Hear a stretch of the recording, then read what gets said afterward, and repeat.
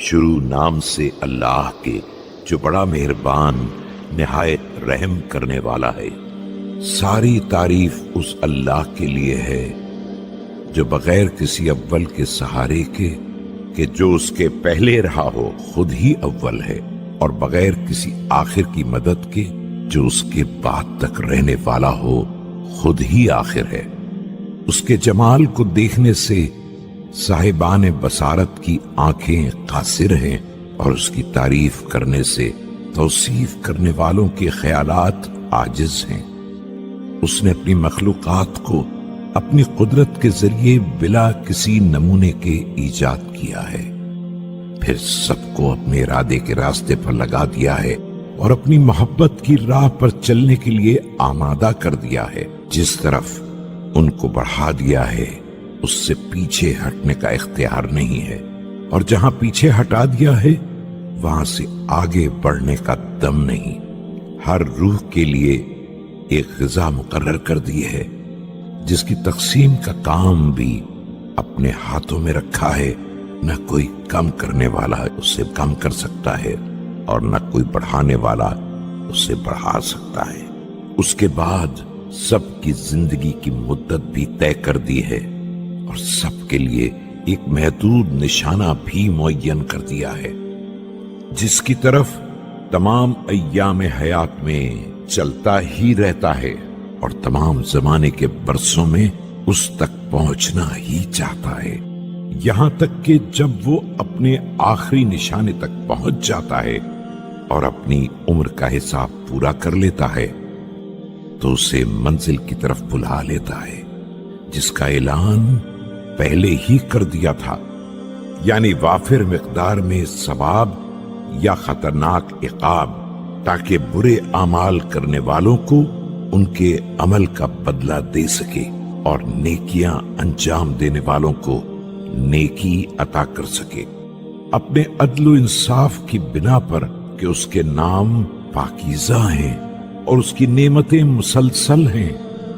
اس کے اعمال کے بارے میں کوئی پرسش نہیں ہو سکتی ہے، لیکن باقی سب سے سوال کیا جائے گا۔ ساری حمد اس اللہ کے لیے ہے جو اپنی متواتر رحمتوں پر شکریہ ادا کرنے کی معرفت کو اپنے بندوں سے روک لیتا اور ان بے در بے نعمتوں پر جو اس نے فراوانی سے بخشی ہیں تو سب اس کے احسانات میں تصرف کرتے اور کوئی حمد نہ کرتا، سب اس کے وسیع رزق کو حاصل کرتے اور کوئی شکریہ ادا نہ کرتا، اور ایسا ہو جاتا تو انسانیت کی حدوں سے نکل کر جانوروں کی منزل میں آ جاتے اور ویسے ہی ہو جاتے جیسا اس نے اپنی کتاب میں فرمایا ہے۔ یہ لوگ چوپایوں جیسے ہیں بلکہ ان سے زیادہ بھٹکے ہوئے ہیں۔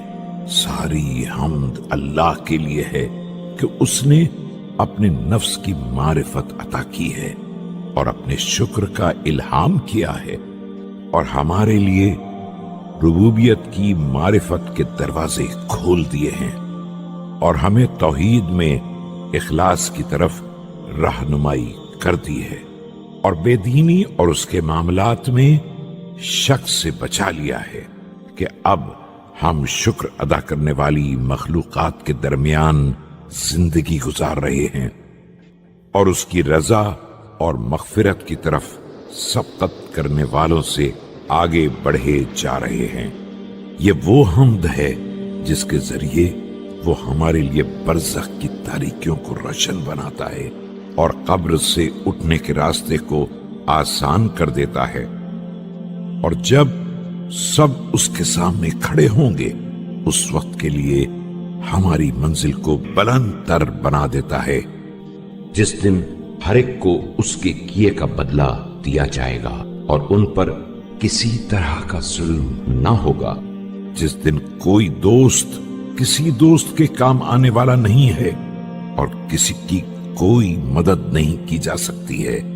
ایسی حمد جو ہماری طرف سے اس اعلیٰ علیین یعنی بلند ترین مقام کی طرف جاتی ہے جس کا ذکر کتاب مرقوم میں ہے، اور اس کے شاہد مقرب بندے ہیں، اور جس کے ذریعے سے ہماری آنکھوں کو خنکی نصیب ہو جب تمام آنکھیں چندی ہو جائیں، اور ہمارے چہرے سفید ہو جائیں جب تمام جلدیں سیاہ ہو رہی ہوں۔ ایسی حمد جس کے ذریعے ہم جہنم کے دردناک عذاب سے آزاد ہو کر خدائے کریم کے جوار میں پہنچ جائیں، جہاں ملائکہ مقربین کے ازدحام کے درمیان ہوں اور انبیاء مرسلین سے ملا دیے جائیں، اس مستقل مکان میں جس کے لیے زوال نہیں ہے،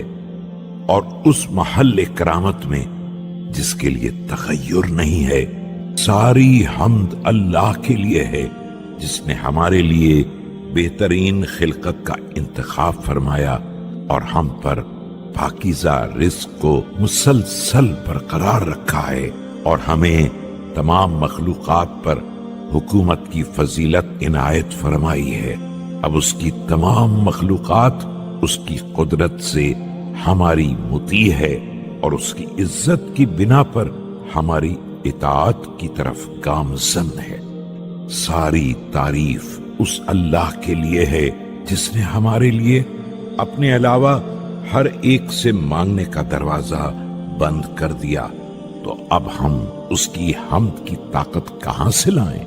اور اس کا شکریہ کب ادا کریں، جبکہ سچ تو یہ ہے کہ کبھی ادا نہیں ہو سکتا ہے۔ ساری حمد اس اللہ کے لیے ہے جس نے ہمارے اندر وسعت کے آلات بھی دیے ہیں اور روکنے کے وسائل بھی قرار دے دیے ہیں، ہمیں زندگی کی راحتوں سے بھی نوازا ہے، اور ہمارے اندر عمل کرنے والے اعضاء بھی رکھ دیے ہیں، پاکیزہ رزق بھی عطا فرمایا ہے، اور ہمیں اپنے فضل سے بے نیاز بھی بنا دیا ہے، اور ہمیں اپنے احسانات کا سرمایہ بھی عنایت فرما دیا ہے۔ اس کے بعد ہمیں احکام عنایت فرمائے تاکہ ہماری اطاعت کا امتحان لے، اور ہمیں نہیں کی تاکہ ہمارے شکر کی آزمائش کرے، مگر ہم نے اس کے امر کی راہ سے اختلاف کیا اور اس کے ممنوعات کی پشت پر سوار ہو گئے، پھر بھی اس نے عذاب میں سبقت نہیں کی اور انتقام میں عجلت سے کام نہیں لیا، بلکہ کرم کر کے اپنی رحمت سے مہلت دے دی، اور اپنے حلم کی بنا پر مہربانی کر کے ہماری واپسی کا انتظار کیا۔ ساری حمد اس اللہ کے لیے ہے جس نے ہمیں اس توبہ کی طرف رہنمائی کی ہے جسے ہم اس کے فضل کے بغیر نہیں پا سکتے تھے۔ اب اگر اس کے فضل و کرم میں توبہ کے علاوہ کسی چیز کی طرف اعتنا کریں تو بھی اس کی نعمتیں ہمارے پاس حسین ترین ہیں، اور اس کا احسان ہمارے اوپر جلیل القدر ہے، اور اس کا فضل و کرم وسیع تر ہے۔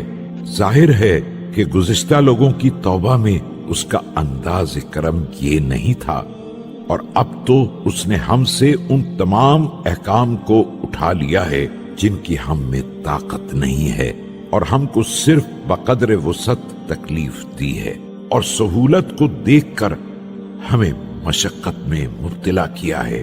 اور اس طرح کسی بندے کے لیے نہ کوئی دلیل چھوڑی ہے اور نہ عذر۔ لہذا اب اگر کوئی ہلاک ہوگا تو اس کی مخالفت کی بنا پر،